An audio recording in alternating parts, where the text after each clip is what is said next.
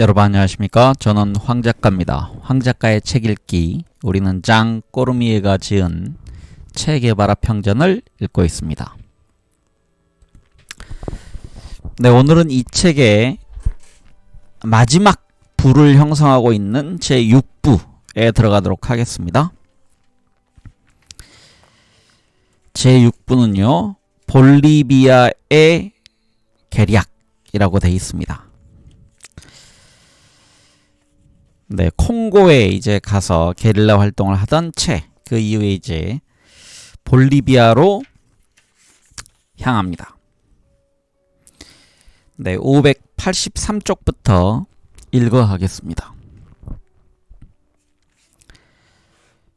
체가 사라지다.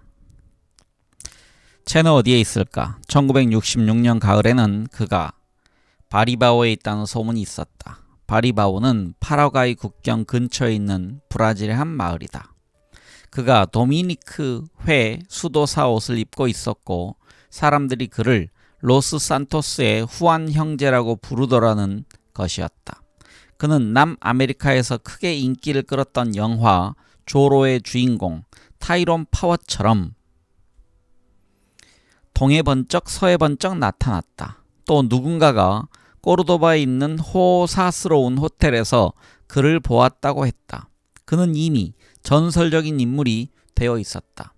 그러나 사실 그는 콩고에서 곧장 아바나로 돌아왔다. 그리고 새로운 원정대 파견을 준비하고 있었다. 그 무렵에 루이스 라반데이라가 속해 있었던 아바나의 정치 국원들은 소련이 라틴 아메리카에서 대규모 분쟁이 일어나는 것에 반대한다는 사실을 알고 있었다. 그런데 이 대목에서 다음과 같은 의문을 품지 않을 수 없다. 소련은 아르헨티나 같은 라틴 아메리카 국가들과 경제적 교류를 가지려는 생각이 없었을까? 체가 원했던 라틴 아메리카의 정치적 입장 선회를 받아들이지 못하도록 미국이 라틴 아메리카에 압력을 넣고 있다는 것을 소련이 전혀 모르고 있었을까? 사실 소련은 오히려 아프리카를 우위에 두고 있었다. 앙골라, 모잠비크, 에티오피아가 그들 정책의 역점 지역이 될 것이고 쿠바도 그 정책에 참여하게 될 것이었다. 다시 읽겠습니다. 라반데이라가 확인해 주었다시피 체는 미국의 입김으로부터 자유로운 라틴 아메리카를 실현하려는 꿈을 평생 가지고 있었다. 그리고 그는 마차도의 생각을 자신의 것으로 만들었다.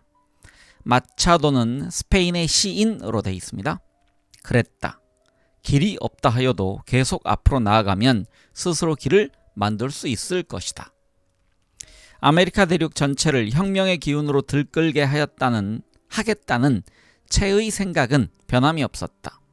쿠바 정부의 사절로 각국을 돌아다니고 외부 인사들과 접촉하면서 그는 전 세계에 혁명 의식을 전파하리라 다짐했다. 체의 행방이 묘연했던 그때 1967년 7월에 아바나에서는 아시아, 아프리카, 아메리카 즉 3대륙의 민중동맹 제1차 회의가 열렸다. 회의에는 400여 명의 각국 대표들과 30여 명의 옵서버가 참석하였다.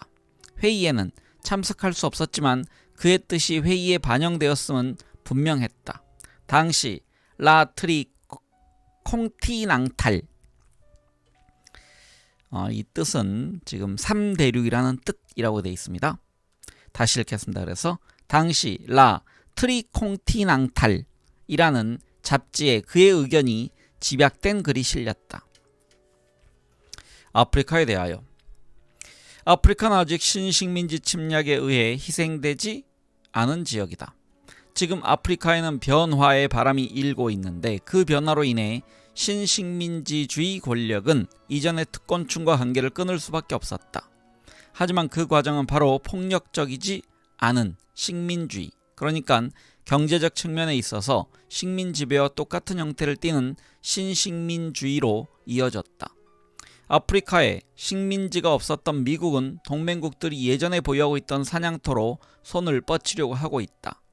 아프리카가 아메리카 제국주의 전략 지역에 오래전부터 들어있었다는 자명한 사실을 확인할 수 있다. 아시아에 대하여. 아시아는 성격이 다르다. 오랜 시간 유럽 제국으로부터 자유를 찾기 위해 투쟁해왔고 그 때문에 비교적 진보적인 정부가 들어설 수 있었다. 그러면서 이후 경우에 따라 민족 해방이라는 기본 목표를 더욱 강화하기도 했고 제국주의를 지지하는 방향으로 되돌아가기도 했다. 경제적인 면을 볼 때 미국은 아시아에서 손쉽게 많은 것을 얻었다. 아시아 국가들의 제국주의에 대한 지지가 미국에게 유리하게 작용하였다. 하지만 무엇보다도 인도 차이나 반도의 인구 밀도가 높고 종교 분쟁이 극심한 상황이 바탕이 되어 아시아에 대한 제국주의 정책의 중요성이 부각되었고 북아메리카 제국주의는 아시아를 포함하여 종합적 군사 전략을 수립하게 되었다. 아메리카에 대하여. 아메리카 대륙 전체가 거의 동일한 성격을 띠고 있다. 미국의 독점 자본은 아메리카 대륙 전체에 걸쳐 절대적인 영향력을 행사하고 있다. 실권이 없는 괴뢰 정부들 혹은 약하고 소심한 정부들은 보호자 양키의 명령에 복종하고 있으며 미국은 정치적, 경제적으로 강도 높은 지배의 손길을 뻗치고 있다. 지극히 사소한 상황의 변화마저도 미국의 지배권이 약화되어야만 나타날 수 있을 것이다. 그들은 산토도밍고를 침략했을 때처럼 혹은 더 이전에 파나마 학살 때처럼 우리는 또 다른 쿠바를 용납하지 않는다는 슬로건으로 침략의 가능성을 은폐하고 있다. 이 슬로건은 그들의 이권을 침해하고 그들이 세워놓은 질서를 무너뜨리는 곳이라면 아메리카 대륙 어느 곳이든 양키의 군대가 쳐들어갈 준비가 되어 있음을 알리는 명백한 경고의 메시지다. 북아메리카의 힘을 분산시키고 결과적으로 약화시키기 위하여 제2, 제3의 베트남 전쟁을 일으키라는 것이 최 주장이다. 그는 분노하지 않는 민족은 야수 같은 적에게 승리할 수 없다고 단언했다. 그는 혁명의 열정에 휩싸인 라틴 아메리카는 충분히 가능성이 있다고 보았다. 콜롬비아와 베네수엘라는 이미 투쟁 중이었고 다른 나라에서도 조직이 생겨났고 투쟁할 준비를 하고 있었다. 또한 아르헨티나의 시로 로베르토 부스토스, 브라질의 카를로 마리구엘라, 페루의 후안 파블로 창 같은 사람들이 활동하고 있었다. 여기 아르헨티나의 시로 로베르토 부스토스에 대한 부연 설명이 있습니다. 1964년 4월 볼리비아 국경 근처의 정글에서 실종된 호르헤 리카르도 마세티의 뒤를 이어 일을 한 사람이다. 그는 굶어 죽었다고 한다라고 되어 있습니다. TMI네요. 우리는 뭐 알아도 별 의미가 없는 그런 상황이었습니다. 파라과이에서는 투파마로스 가로 열고 특히 도시 지역을 중심으로 결성된 게릴라 조직이라고 되어 있습니다. 다시 읽겠습니다. 그래서 파라과이에서는 투파마로스가 비밀리에 활동할 준비를 하는가 하면 당시 상원 의장이었던 칠레의 살바도르 아옌데는 항쟁군의 군수품 보급을 약속하였다. 다른 나라의 항쟁군들은 특히 의약품과 식량 보급에 심각한 어려움을 겪고 있었다. 볼리비아, 아르헨티나, 브라질, 페루에서 300명 이상의 혁명가들이 투쟁을 준비하고 있었다. 그 중에서 60여 명은 쿠바에서 온 볼리비아인들이었다. 이 일에 깊숙이 관여한 피델과 체가 볼리비아를 선택했기 때문이었다. 왜 그랬을까? 우선 지리적인 이유가 크게 작용했다. 볼리비아는 안데스 산맥과 아마존강 사이, 즉 라틴 아메리카의 심장부에 자리 잡고 있다. 페루, 브라질, 파라과이, 아르헨티나, 칠레에 둘러싸여 있는 것이다. 면적 109만 8,500 제곱킬로미터에 인구 500만이 넘지 않는 볼리비아의 인구의 4분의 3이 전 국토의 10분의 1에 해당하는 지역에 모여 살고 있다. 그렇기 때문에 지하 항쟁이 뿌리를 내릴 수 있는 땅을 확보하기에 무척 유리했다. 쿠바 혁명 때 시에라 마에스트라가 그랬던 것처럼 이 지역이 최초의 해방구가 될 가능성이 컸다. 산맥이 시작되는 지점에 있는 산들에 가려져 있는 외딴 지역, 사람이 살지 않는 낭카우아수 강 유역이 게릴라 기지로 선택되었다. 사냥꾼들이나 외따로 사냥감을 찾아 헤매고 다니는 이 지역의 농부 출신의 아르가나라스가 먼저 투입되었다. 아르가나라스는 나중에 적에게 매수되었다는 사실이 밝혀졌지만 이렇게 되어 있습니다. 쿠바 혁명 때 그란마의 원정대를 도와 결정적인 역할을 했던 쪽은 바로 농민들이었다. 이 그란마는 다시 한번 상기하면요, 피델 카스트로와 체 게바라 등이 82명이었죠. 그 타고 갔던, 그래서 쿠바 섬에 상륙했던 그 배였습니다. 선박, 요트. 하지만 체는 공산당이 특히 농민들이 지원해 주려는 뚜렷한 확신도 없이 볼리비아로 갔다. 뉴욕의 유엔 총회장에서 연설한 이후 체의 인기는 떨어지기 시작했습니다. 알베르토는 이렇게 말하고 덧붙였다. 이 연설을 하기 전까지의 체는 나를 사랑했었습니다. 그 이후로 체는 달라졌습니다. 체는 아바나에 있었다. 처음부터 그럴 계획은 아니었다. 피델은 이미 체의 이별 편지를 읽었고 체는 탄자니아에서 볼리비아로 바로 갈 생각이었다. 하지만 군수품 조달 문제와 또 카스트로가 한사코 만나자고 했기 때문에 쿠바로 돌아왔던 것이다. 체는 아프리카에서 걸린 풍토병으로 드러누워있는 아라고네스를 비밀리에 만나고 싶어 했다. 하지만 피델은 아라고네스의 집에 몰려온 많은 문병객들을 보고는 그를 만류하였다. 그리고 빠른 회복을 비는 체의 마지막 메시지를 자신이 맡아 전하였다. 알레이다의 딸인 알레이디타는 이 즈음에 친아버지인 체와 만났던 일을 신비스럽게 기억하고 있었다. 그녀는 1987년 체의 사망 20주년을 맞이하여 이탈리아 일간지 일 티레노와의 인터뷰에서 그때 일을 이야기하였다. 집안의 4아이들 중에서 맞이였던 나는 여동생과 2 남동생들, 특히 그 당시 갓 태어난 에르네스티토에게는 엄마 역할을 했어요. 어머니는 항상 우리에게 말씀하셨지요. 아빠는 내가 이렇게 하시길 바라신단다. 내가 이런 사람이 되길 원하신단다. 그런 행동은 하지 마라. 아빠가 좋아하시지 않을 거야. 어머니는 우리가 아버지를 존경하도록 가르치셨어요. 어느 날 어머니는 우리 넷을 아버지가 계시던 집으로 데려가셨어요. 거기서 우리 형제들은 안경을 끼고 대머리에다 이상하게 생긴 남자를 만났어요. 이름이 라몬이라는 그 사람은 스페인어로 말했는데 아버지와 아주 친하다고 했어요. 나는 그를 보고 말했지요. 에이, 하지만 아저씨는 스페인 사람 같지 않아요. 아르헨티나 사람 같아 보이는데요. 내 말에 모두가 당황했어요. 그래서 어머니와 아버지는 생각했지요. 좋아, 이 아이가 다 알아챘는데 숨겨봤자 무슨 소용이 있겠어. 아버지는 한참 가만히 계시더니 내게 물으시더라고요. 왜 아르헨티나 사람 같아 보이지? 내가 대답했어요. 내겐 그렇게 보였어요. 대답을 듣고 모두가 안도의 한숨을 내쉬었지요. 그리고 나서 아버지가 우리를 식당으로 데리고 가셨어요. 아버지는 항상 테이블 머리에 앉으셨어요. 아버지를 볼 수 없었던 1년 동안은 내가 항상 그 자리에 앉았어요. 그런데 그날 그 스페인 남자가 아버지의 자리에 앉는 것을 보고 나는 달려가서 그 자리는 아버지의 자리이고 아버지가 없을 때는 내 자리라고 말해 주었지요. 그러자 낯선 남자가 대답했어요. 하지만 이 자리는 주인공이 앉는 자리란다. 그는 나를 그의 옆자리에 앉히기 전에 주인공이란 말이 무슨 뜻인지 나에게 설명해 주어야 했지요. 나중에 엄마가 5살짜리 딸이 그렇게 행동한 것을 아버지가 무척 자랑스러워 하셨다고 얘기해 주셨어요. 그런 다음 그는 붉은 포도주를 마시기 시작했어요.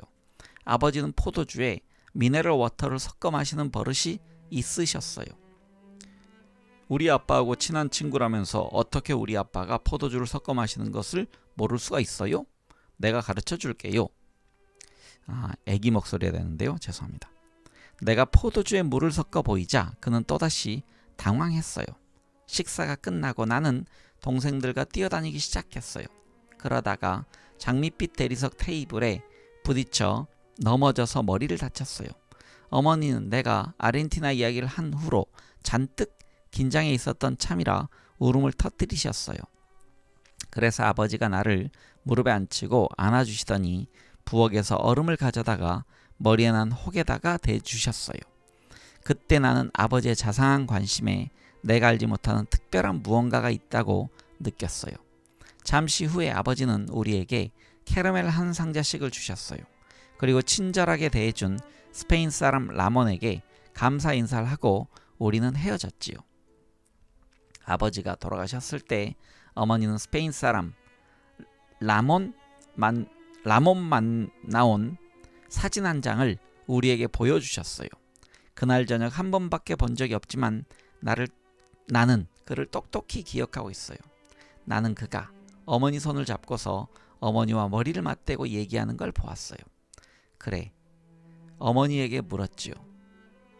엄마, 이 남자는 우리 아빠도 아닌데 뭐 하시는 거예요? 엄마는 대답했지요. 이 사람이 내 아빠라면... 실제로는 아빠를 만나는 상황입니다. 하지만 아빠라고 얘기하지 않았던 그런 상황 같습니다. 1966년 7월부터 9월까지 채는 또다시 쿠바의 피나르델리오 지역에서 대원들과 출정을 준비했다. 그중 해리 빌레가스, 호세마리아 타마요, 카를로스 꼬에요, 이스라엘 레이에스 시아스와 외과 의사인 옥타비오 데 라 콘셉시오, 이렇게 5은 이미 콩고에서 그와 함께 일을 했던 사람들이었다. 그들은 시에라 마에스트라의 베테랑 대원들이었다. 그들 외에도 60여 명의 볼리비아 출신 특공 대원이 있었다. 처음에 피델과 체는 혁명에 가담하는 모든 사람들을 훈련시킬 생각이었다. 하지만 그들이 이동하는 데 드는 비용이 만만치 않아 그 계획은 성사되기 어려웠다. 우선 다른 나라의 지원자들은 곧장 쿠바로 갈 수 없었기에 파리나 로마를 경유하는 모스크바행 비행기 표를 사야 했다. 그리고 쿠바에서는 체와 함께 남아있던 60명의 볼리비아 대원들을 위한 비행기 표를 마련했다. 그들 대부분이 그대로 쿠바에 남았다. 몇몇은 볼리비아로 돌아갔고 게릴라 부대에 합류한 사람들은 많지 않았다. 합류한 이들 중에는 훌리오라는 별명의 마리오 꾸티에레스 아르다야, 에르네스토라고 불렸던 에르네스토 말무라 후르타도, 페드로라는 별명의 안토니오 히메네스 또르디오가 있었다. 그들은 의대생들이었다. 안토니오 히메네스 또르디오는 천성이 워낙 착해서 성스러운 빵이라는 뜻인 판 다비노라고 불렸다. 실제로 볼리비아 사태는 1963년 5월로 거슬러 올라간다. 볼리비아 쪽에서 온 페루 출신 게릴라 부대의 전위대는 그때 부에르토 말도나도에서 많은 희생자를 냈다. 부대의 남은 병력은 2년 동안이나 라파스에서 숨어 지냈다. 1963년 7월에 쿠바의 지휘관인 호세 마리아 마르티네스 타마요는 콜롬비아 여권을 가지고 처음으로 볼리비아 땅을 밟았다. 1963년 9월부터 1964년 2월까지 인민 게릴라 부대가 결성되었고 체와 같은 아르헨티나 사람인 마세티가 군대를 지휘하게 되었다. 마세티의 전시명 엘세군도는 두 번째라는 뜻이다. 1964년 3월 체는 산업부에서 특별한 사람을 만났다. 그는 타마라 분케 빈데르, 그러니까 라우라 구티에레스 바우에르였다. 타니아라고 불렸던 그녀의 어머니는 소련인이었고 아버지는 독일인이었다. 두 사람 다 아르헨티나로 이민을 왔다가 독일 민주공화국, 즉 동독에 봉사하기 위해 되돌아갔다. 타니아는 모스크바에서 체를 안내해 준 적이 있었다. 1962년에 그녀는 쿠바에 정착했고 쿠바 공산당 최초의 여성 당원 중 한 사람이 되었다. 1964년에 만났을 때 체는 키가 훤칠하고 아름다운 타니아에게 임무를 하나 주었다. 볼리비아의 상류사회에 침투하는 것이었다. 가능하다면 바리엔토스 대통령에게까지 접근하는 것이 그녀의 임무였다. 그녀는 자기에게 맡겨진 임무를 성공적으로 수행했다. 바리엔토스 대통령이 그녀에게 빠져서 애인이 되달라고 애원했을 정도였다. 하지만 결국 정체가 들통나 어쩔 수 없이 지하 조직으로 숨어 들어가야 했고 나중에 게릴라 부대에 합류했다. 1966년이 되자 상황은 점점 명확해져 갔다. 3월에 타마요가 다시 볼리비아에 왔다. 그리고 7월에 이번 일을 준비하고 있는 폼보와 투마를 만났다. 9월에는 지휘관인 알베르토 페르난데스 몬데스 데 오카가 입국하였다. 그는 체에게서 현장에서 이루어지는 정치적인 교섭과 작전지역 선정에 대한 교육을 받았다. 두 사람은 현장에서 가장 중요한 역할을 맡게 되었다. 구릿빛 피부의 뚱뚱한 마리오 몬헤는 볼리비아 공산당의 총비서였다. 그는 작전을 짜고 사람들에게 적절한 임무를 주는 일을 맡았다. 체와 성이 같은 모이세스 게바라는 얼굴이 둥글고 체격이 작은 사람이었는데 모네로부터 1964년 당에서 축출당한 마오쩌둥 주의자였다. 그는 무장투쟁을 하는 지하조직에 합류했다. 여기에 비극의 주인공이 또 한 사람 가담한다. 기자이고 작가이자 철학교수인 프랑스인 레지 드브레였다. 그는 게릴라 부대에서는 당통이라는 별명으로 통했다. 당통은 프랑스 혁명기의 정치가라고 되어 있습니다. 피델은 그에게 현장의 예비 작업과 다른 나라의 후원을 받아내는 임무를 맡겼다. 체가 볼리비아로 향한 것을 죽음의 충동에 이끌린 것이었다고 하는 일부의 지적에 대해 라반데이라는 이렇게 반박했다. 체가 자신에게 목숨을 맡긴 그 많은 용기 있는 사람들을 죽음으로 몰아넣으면서 자살을 감행했다는 주장은 받아들이기 어렵습니다. 많은 지식인들도 그 점을 확실히 믿고 있지요. 이것은 진부한 판단입니다. 정확히 얘기하자면 이것은 문자 그대로 음향 효과에 불과합니다. 자살이라고 설명하면 듣기에야 매혹적이겠지만 신중한 판단은 아닌 것입니다. 프로이트에 따르면 모든 인간은 생의 본능, 즉 에로스와 죽음의 본능, 타나토스, 삶의 욕구와 죽음의 충동 사이에서 갈등한다고 합니다. 그러나 과연 그렇다는 말일까요? 체를 상대로 그런 이론을 편다면 수많은 영웅들, 인류 역사의 많은 주역들에게도 똑같은 이론을 적용해야 할 것입니다.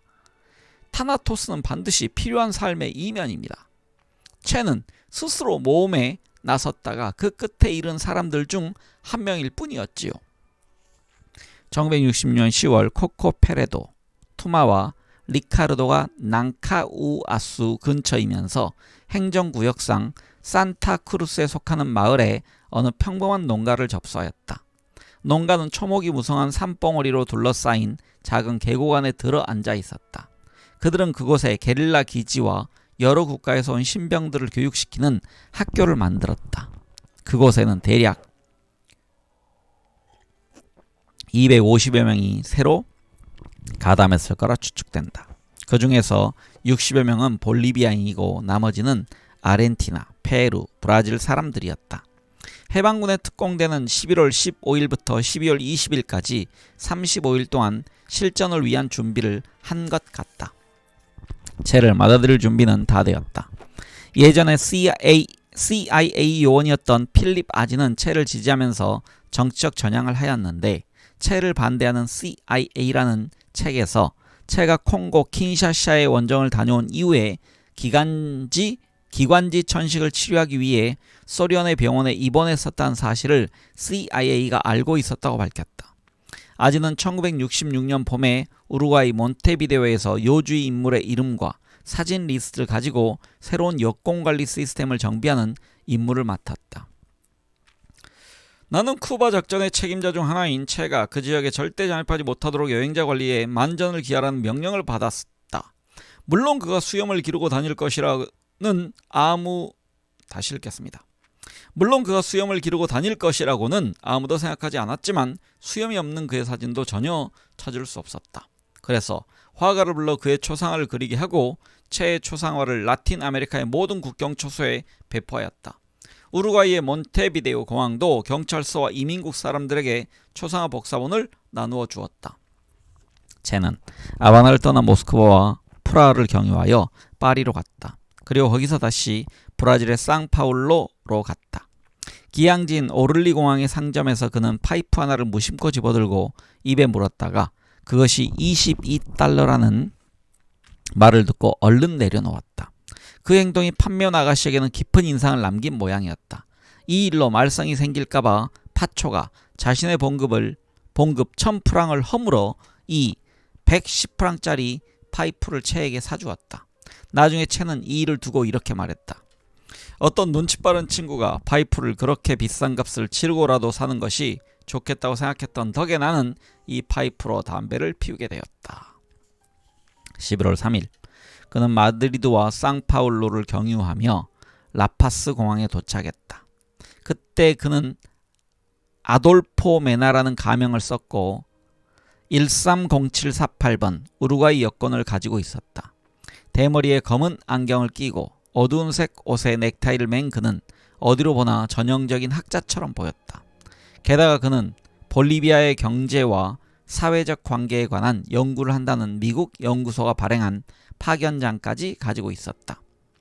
1966년 11월 5일 오전 6시 30분에 그는 알베르토 페르난데스 데 오카와 카를로스 꾸에요와 함께 지프를 타고 라파스를 떠나 난카수아스로 향했다. 몇 시간 후에 폼보, 타마요와 호르에 바스케스 비아냐를 태운 두 번째 지프가 도시를 빠져나갔다. 6일 아침에 그들은 코참밤바의 협곡을 따라 달렸다.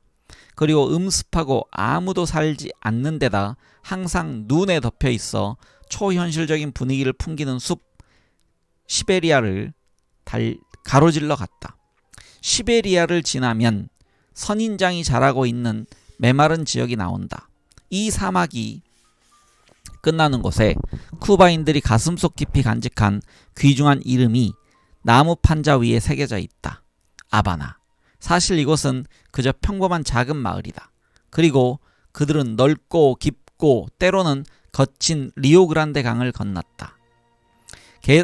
계속해서 산타크루스, 코마라파, 마테랄, 사마이파타의 길을 따라 가다 보면 산유도시 카미리가 나온다. 두 대의 지프는 세코강을 지나고 이파티를 통과하여 마지막 마을인 라구니아스를 거쳐 최종 목적지, 즉 강의 머리라고 부르는 난카우아수에 도착했다. 그들은 리카르도가 마련해놓은 막사에서 지냈다. 그 가건물은 함석 지붕으로 만들었다고 해서 칼라미나라고 불렀다. 두 갈래로 뻗은 늙은 나무가 서 있고 문 앞에는 빵을 굽는 화덕이 있었다. 네, 다음의 장이 볼리비아 일기입니다. 근데 이 부분의 일부를 읽어가도록 하겠습니다. 이 볼리비아 일기는 상당히 긴 부분인데요. 그 중에 일부를 읽어서 이 부분을 나눠 읽겠습니다. 599쪽 볼리비아 일기입니다. 1966년 11월 7일부터 채는 붉은색의 독일제 비망록 위에 새로운 모험담을 쓰기 시작했다. 비망록 표지 뒤에 붙은 라벨에는 칼 클리펠, 카이저 슈트라스 75번지, 프랑크푸르트라고 씌어 있었다. 여기에 프랑스 비나루와 판치타 곤잘레스 바틀레가 프랑스어로 번역하고 1968년 프랑스와 마스페로가 출판한 이 일기를 요약하여 싣는다. 여기 있는 내용이 지금 일기란 얘기입니다. 우리는 다시 읽겠습니다. 목소리에 실패했습니다. 우리는 농가 근처에서 차를 세웠다. 그리고 우리를 보고 코카인을 만들려는 수상한 사람들이라고 쑥덕거리는 이웃 주민의 의심을 사지 않으려고 차 한 대에 모두 옮겨 타고 농가까지 갔다. 어이없게도 투마이니가 마약 조직의 제조책으로 오해를 받고 있지만 비고테스는 각오를 하고 있는지 모르겠지만 우리에게 협조할 준비는 되어 있는 것 같다. 하지만 자신이 존경하고 사랑하는 몬헤에 대한 신의가 남아있는 것 같다. 그의 말에 따르면 로돌포도 같은 생각을 하고 있다고 한다. 그리고 코코도 마찬가지이다. 하지만 당이 싸우기로 결심했다는 약속을 받아내도록 노력해야 한다. 1966년 11월 8일 우리는 하루를 집에서 100m 떨어져 있는 급류 근처의 밀림 속에서 보냈다. 지금까지 야구와사, 해헨, 마리기 따위의 모기나 진드기 같은 온갖 종류의 곤충들을 보았다. 1966년 11월 9일 우리는 투마이니와 함께 난카우아수 강을 따라가면서 근처 지역을 정찰하였다. 산과 절벽에 둘러싸여 강이 흐르고 분명 오가는 사람이 전혀 없는 지역이다. 적당한 규율만 있으면 이곳에 오래 머물 수 있다. 내 몸에서 진드기 6마리나 떼어냈다. 1966년 11월 12일 야영 장소로 선택한 지역은 언덕 위, 늪지 근처에 있다. 식량과 다른 여러가지 것들을 숨길 굴을 파기에 적당한 곳이다. 1966년 11월 14일 야영 일주일째 파충고는 이곳 생활에 적응이 잘 안되는 모양이다. 어찌되었건 간에 정신을 바짝 차려야만 한다. 오늘 우리는 보안상 중요한 물건들을 숨기기 위해 터널을 파기 시작했다. 1966년 11월 16일 터널이 다 만들어졌고 감쪽같이 위장해 놓았다. 제1호 터널 계획에 관한 내용을 자료일에 들어있다. 1966년 11월 18일 라파스에서는 여전히 아무런 소식이 없다. 모기와 진드기에 물린 상처가 하나씩 늘어나기 시작한다.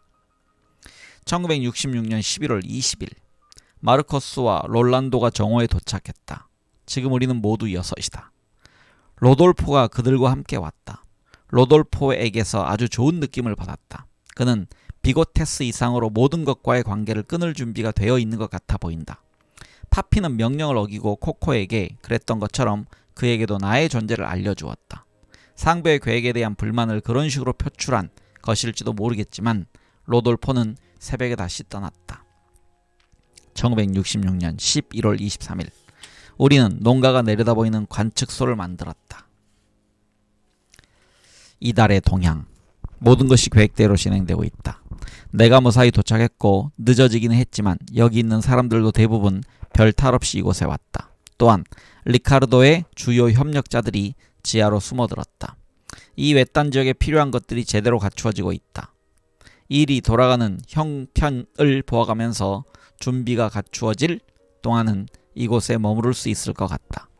당장의 계획은 이렇게 세웠다. 우선 나머지 사람들이 도착하기를 기다려서 볼리비아 사람들의 숫자를 적어도 20명 정도까지는 늘린 다음 작전을 개시한다. 몬해의 반응도 보아야 하고 모이세스 게바라 쪽 사람들이 어떻게 행동하는지도 지켜보아야 한다. 1966년 12월 6일 인티와 우르바노가 사냥감을 찾으러 떠났다. 식량을 비축해둬야 하기 때문이다. 1966년 12월 12일 조직원 전체에게 실제 전투가 어떤 것인지에 대해 강의했다. 일관된 지휘체계와 규율을 강조했다. 부대원들 각각에게는 자신들에게 맞는 직책이 주어졌다. 요아킴은 부대장, 롤란도와 인티는 참모, 알레한드로는 작전 참모, 폼보는 회계 담당, 인티는 재정 담당, 나토는 보급과 군비를 맡았다. 1966년 12월 17일 모로와 인티가 야생 콩짝을 죽이지 못하고 말았다.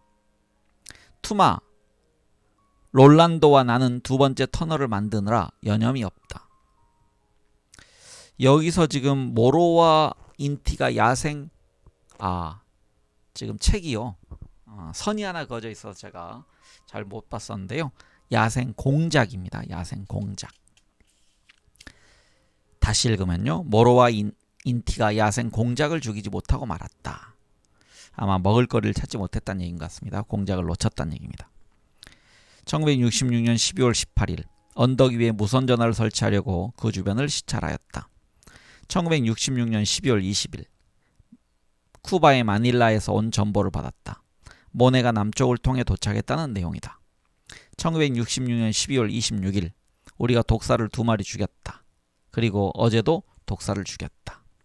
1966년 12월 30일 진흙이 너무 물러서 아직도 화덕을 만들지 못하고 있다. 1966년 12월 31일 7시 30분에 의사가 와서 모네가 그곳에 있다는 것을 알려주었다. 나는 인티, 투마, 우르바노, 아르투로와 함께 그곳으로 갔다. 환대를 받았지만 한편으로는 긴장감이 느껴지기도 했다. 어디선가 묻는 소리가 들렸다. 당신은 뭘 원합니까? 모네가 오면서 생기는 기본적인 문제들은 다음과 같이 요약할 수 있다. 1. 그는 당의 지휘권을 포기할 것이다. 하지만 적어도 당으로부터 자신의 중립을 고수한다는 입장을 확인받을 것이다. 그의 주변 인물 중 몇몇은 투쟁에 참여하기 위해 당을 떠날 것이다. 2.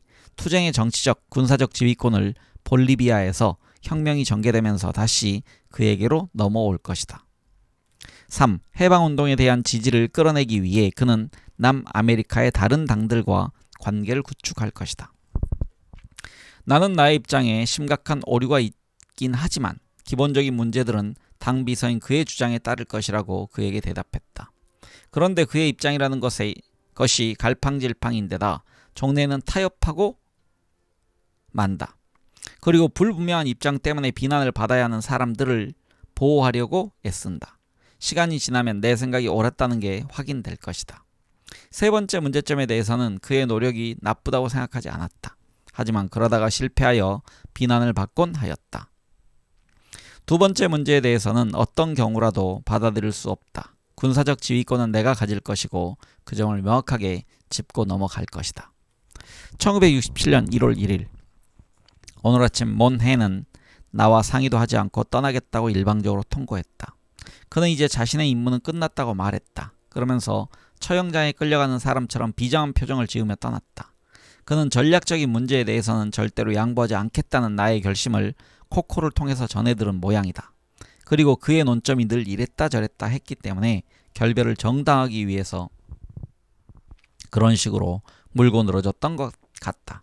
오후에 모든 사람들을 모아놓고 모네가 어떤 태도를 보였는지 이야기하였다. 나는 타니아가 마우리시오와 호사미를 이곳에 데려오기 위해 아르헨티나에 가 있는 상황을 자세히 설명하였다. 1월 8일과 10일에 라파에스에서 열린 볼리비아 공산당 중앙위원회 총회는 몬해의 입장을 받아들인다. 이것은 체가 공산당으로부터 병참 지원을 받지 못한다는 것을 의미한다. 괄호로 설명이 되어 있습니다. 지금 체 게바라에게는 조금 불리한 상황이 된 것입니다. 1967년 1월 11일 알레한드로와 폼보가 다시 동굴로 와서 무선 통신기가 녹슬었다고 말했다.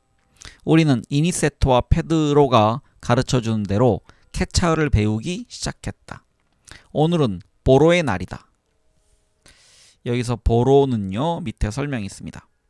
버스를 뜻하는 현지어이다. 넓은 의미로는 버스뿐 아니라 호송차란 뜻도 있다라고 되어 있습니다. 마르토스한테 붙은 구더기를 떼냈다. 카를로스, 폼보, 안토니오, 모로와 호아킨의 몸에 붙은 구더기도 떼냈다. 1967년 1월 12일 남아있는 것을 찾아오도록 곤돌라를 보냈다. 곤돌라는 한조란 뜻이라고 합니다. 한조, 하나의 조, 묶음. 우리는 산을 타는 훈련을 했다. 1967년 1월 19일 의사가 와서 경찰이 코카인 제조 공장을 찾으려고 다른 야영부대에 도착했다고 알려주었다. 1967년 1월 20일 나는 위치를 점검하고 어젯밤에 설명했던 방어 계획을 실행하기 위해 명령을 내렸다. 강 인근 지역에 대한 신속한 방어가 계획의 기본이었다. 선발대는 강을 따라 난 길을 역습하여 후발대가 오도록 길을 터주고 직접 방어를 한다는 계획이었다. 1967년 1월 22일 피델에게 3차 자료를 보냈다. 그에게 지금 상황을 설명하고 편지를 통하여 이곳 아지트의 상황을 알렸다. 1967년 1월 25일 마닐라에서 온 메시지를 받았다. 피델이 이쪽에서 보낸 메시지를 잘 받았다는 내용이었다. 여기서 마닐라는 필리핀의 마닐라가 아니고 쿠바의 마닐라입니다. 1967년 1월 26일 모이세스 게바라가 조직의 재정 담당인 로욜라 구스만과 함께 도착했다. 모이세스 게바라에게 조건을 제시하였다. 내가 제시한 조건은 조직의 해체였다. 사람들을 나누는 계급도 없고 정치 조직도 없을 뿐더러 민족 간 또는 민족 내부의 불화에서 비롯된 분쟁을 피해야 한다. 그는 아주 간단하게 모든 것을 받아들였다. 처음에는 차가웠던 볼리비아인들과의 관계가 점점 부드러워지고 있다. 로욜라는 느낌이 참 좋은 사람이다. 젊고 조용하면서도 의지가 강한 여자라는 것을 느낄 수 있다. 1967년 1월 31일 야영지에서 보내는 마지막 날이다. 곤돌라가 오래 머물던 야영 부대를 떠났고 보초병들도 철수시켰다. 무기는 방수 덮개로 잘 싸서 숲속에 숨겨두었다. 돈은 아직 야영 부대에 있다. 누군가가 몸에 지니고 있다. 이달의 동양. 예상했던 대로 몬해는 애초부터 빠져나갈 구멍을 만들더니 결국 배반을 했다. 지금은 순수한 의미에서의 게릴라전을 시작할 단계이다. 모든 것이 예상했던 대로 진행되고 있다. 볼리비아 전투원들을 편입시키는 일이 가장 오래 걸렸다. 여기까지 이제 일기 내용이었습니다. 이제 책 내용으로 갑니다. 체의 말을 빌리자면 순수한 게릴라전을 시작할 순간에 볼리비아에 있는 중요한 후원자 두 사람, 모네와 모이세스 게바라는 벌써 떠나버렸다. 그러나 두 사람이 떠난 이유는 너무 달랐다. 체가 1966년 11월 7일 냥카우아수에 도착했을 때 모네는 그를 만나러 오지 않았다. 그는 한참이 지난 12월 31일에야 호세 마리아 마르티네스에게 이끌려 마지못해 찾아온다. 체가 말한 대로 그는 처음부터 핑계를 대더니 끝내 배반하고 만다. 그는 쿠바와 연락을 취할 수 있도록 송신기에 사용하는 열쇠를 가져오기로 했는데 기지에 도착했을 때는 빈손이었다. 그리고 체에게 나중에 꼭 열쇠를 전해주겠노라고 약속했지만 체는 끝내 열쇠를 받지 못한다. 결국 체는 피델로부터 연락을 받기만 했지 피델에게 답신을 보낼 수 없었고 이곳에서 일어나는 여러가지 문제를 알릴 수도 없게 된다. 모네는 11월에 있었던 회담에도 참석하지 않는다. 아무 소식도 듣지 못했던 다른 참모들은 쿠바로 가서 피델에게 그들이 어떻게 해야 하는지를 묻는다. 상황을 정확하게 파악할 수 없었던 피델은 일단 떠나라고 명령했고 시로 부스토스와 후안 파블로 창은 레지드브르와 함께 볼리비아로 떠난다. 하지만 출발할 예정이었던 병력 대부분이 불안과 동요로 중간에 흩어져 버린다. 체는 11월에 몬해가 불가리아에 있었다는 것을 나중에 알게 된다. 사실 그는 모스크바까지 가서 틀림없이 러시아 정부의 명령을 받았을 것이다. 그리고 아마 그는 자신이 맡은 일 때문에 적어도 40일은 소피아에 머물렀을 것이다. 여기서 소피아는 불가리아의 수도 소피아를 의미하는 것 같습니다. 어쨌든 그의 태도로 판단해 보건대 소련의 뜻은 확실해졌다. 미사일 사건 이후에 미국과 체결한 협약에 따라 소련은 라틴 아메리카 문제에는 개입하지 않겠다는 것이었다. 모스크바는 체가 내심 기대하고 있는 혼란을 원하지 않았다. 그래서 모네를 조종하여 볼리비아 원정대 파견을 방해한 것이다. 모네가 1966년 모네는 몬해입니다. 몬해 사람 이름입니다. 몬해가 1960년 봄에 쿠바에 간 것도 소련의 입장을 확실히 알 수 없도록 손을 쓰자는 의에서였다. 한편 모이세스 게바라의 경우는 이것과는 전혀 다르다. 모이세스 게바라도 사람의 이름입니다. 그는 볼리비아 공산당에서 제명된 이후로 늘 무장투쟁의 중요성을 강조한다. 조직에서 지어준 그의 별명도 로스 페키넌세스 가로 열고 친베이징주의자이다. 혹은 마오쩌둥주의자였다. 그는 초기에는 게릴라 지원자들을 모집하면서 성실하게 체에게 협조한다. 하지만 그 자신의 뜻과는 달리 그는 완전 무결한 동지가 될 수 없었다. 모이세스 게바라는 1964년 광부 조합에서부터 신병 모집을 생각한다. 곧 20명으로 이루어진 조직이 만들어진다. 그들은 1966년 상반기에 실제로 작전에 들어갈 수 있었을 터였다. 하지만 1월 15일부터 전국이 축제에 들뜨기 시작하고 축제 기간 동안 온 나라의 술 냄새가 진동한다. 모이세스는 산속에 분산 배치된 부하들을 다시 끌어모을 수가 없었다.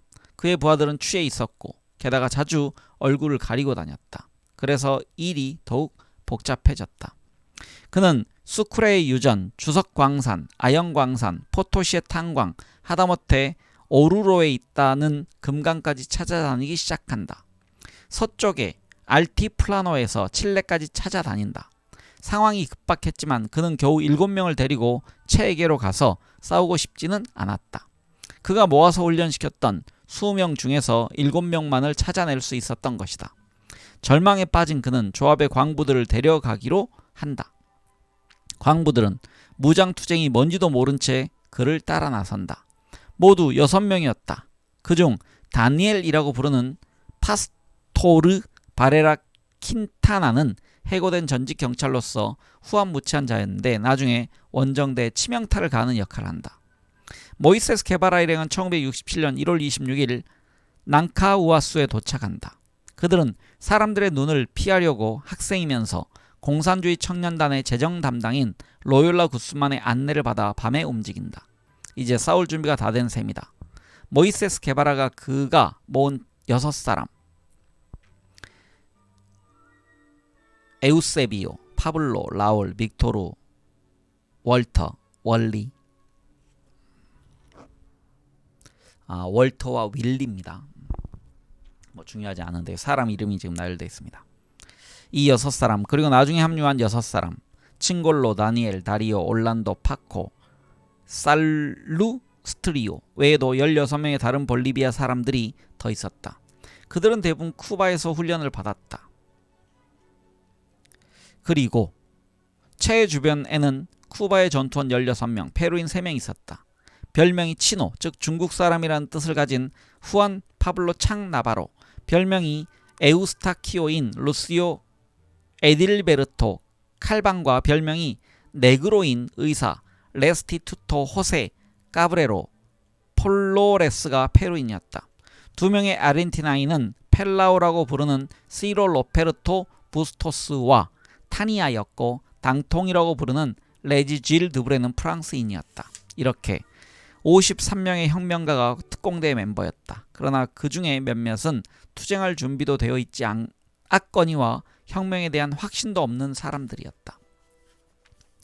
2월 1일 쿠바인 15명, 볼리비아인 12명, 모두 27명으로 이루어진 게릴라 주력 부대가 북쪽 지역을 조사하기 위해 리오그란데 강 쪽으로 떠난다. 원래 2주 예정으로 시작된 행군은 6주나 걸렸다. 게다가 공산주의 청년단의 지도부는 게릴라 활동을 하겠다고 남은 사람들을 제명해버린다. 채는 임시 야영지를 작은 요새로 바꾸는 일을 시작한다. 이것으로 그가 생각하고 있는 낭카우아수 요새의 역할이 어떤 것인지 명확하게 알 수 있다. 낭카우아수 요새는 군사훈련장, 통신본부, 생필품과 장비창고, 간부 양성학교의 역할을 해야 했다. 체와 고등교육을 받은 볼리비아 동지들, 루비오라고 부르는 헤수스 수아레스 가욜, 알레한드로 그리고 몇몇 특공대원들이 야외 교실에서 매일 16시간에서 18시간씩 문법, 정치, 경제와 볼리비아 역사를 가르친다. 밤이면 체도 임시 강좌를 열어 프랑스어를 가르친다. 체는 볼리비아인들이 쓰는 케차어 강의를 열심히 듣는다. 그들은 낭카우아수 강 위로 불쑥 튀어나온 곳에 방어용 참호를 만든다. 그리고 빵 굽는 화덕과 초소와 전위 부대가 연락할 때 사용할 야전용 전화도 가설한다. 특공대원들은 주위의 동굴에 물건을 가져다 숨긴다. 그리고 채소밭과 가수원까지 일군다. 그것만 보아도 그들이 얼마나 낙천적인지 알 수 있다. 채는 시에라 마스트라의 라메사에서 했던 것처럼 근처의 급류를 이용해 작은 발전소를 만들 궁리도 한다. 물론 한쪽에 도서실을 마련한 일도 있지 않고. 다시 일기장입니다. 1967년 2월 14일 우리는 아바나에서 온 긴 전문을 해독하였다. 꼴레와 회담을 했다는 소식이었다. 그래서 꼴레는 볼리비아의 공산당 지도자를 의미합니다. 콜레는 이번 일이 대륙 전체 규모로 이루어진다는 사실을 우리가 자기에게 알려주지 않았다고 주장했다고 한다. 그리고 그들이 나와 협의한다는 조건 아래 협력할 준비가 되어 있다고 밝혔다. 그들은 또 프랑스인 레지 드브레가 23일 라파스에 도착한다고 알려주었다. 67년 2월 15일 일디타의 11번째 생일이다. 평온한 하루였다. 1967년 2월 16일 우리는 농부인 미첼 페레스가 돼지를 사서 기를 수 있도록 1,000달러를 빌려주기로 하였다. 그는 부자가 되고 싶어 한다. 1967년 2월 22일 우리는 마시꾸리로 떨어져 남쪽으로 흘러가는 급류가 시작된 지점에 있다. 현재 고도 1180m. 1967년 2월 23일 힘든 하루였다. 너무 힘이 들고 지쳐서 어금니를 악물었다. 돌멩이가 갈라질 정도로 따가운 햇살을 받으며 우리는 정오의 길을 떠났다. 리오그란데 강으로 흘러서 다시 로시타로 이어지는 급류를 쫓아가려고 가파르긴 하지만 통행이 가능한 장소를 통해 내려가기로 결정했다. 1967년 2월 24일 에르네스티코 가로 열고 2의 생일이다. 여기서 에르네스티코는 아마 아들인 것 같습니다. 아들.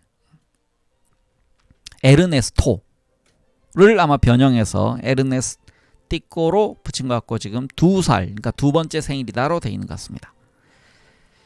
아들이 2살인데 아버지는 지금 게릴라 전을 위해 볼리비아로 와 있습니다. 1967년 2월 25일 우울한 하루, 파초가 마르코스와 토론을 했는데 마르코스가 그에게 단호하게 명령하면서 칼로 위협하고 얼굴을 때렸다고 말했다. 네, 볼리비아 일기란 부분이 좀 길기 때문에요. 이렇게 제가 여기까지 나눠서 읽도록 하겠습니다. 다음 시간에는 우리 책의 615쪽부터 읽어가도록 하겠습니다. 네, 함께 책 읽어주신 분들 감사드립니다. 편안한 하루 보내십시오.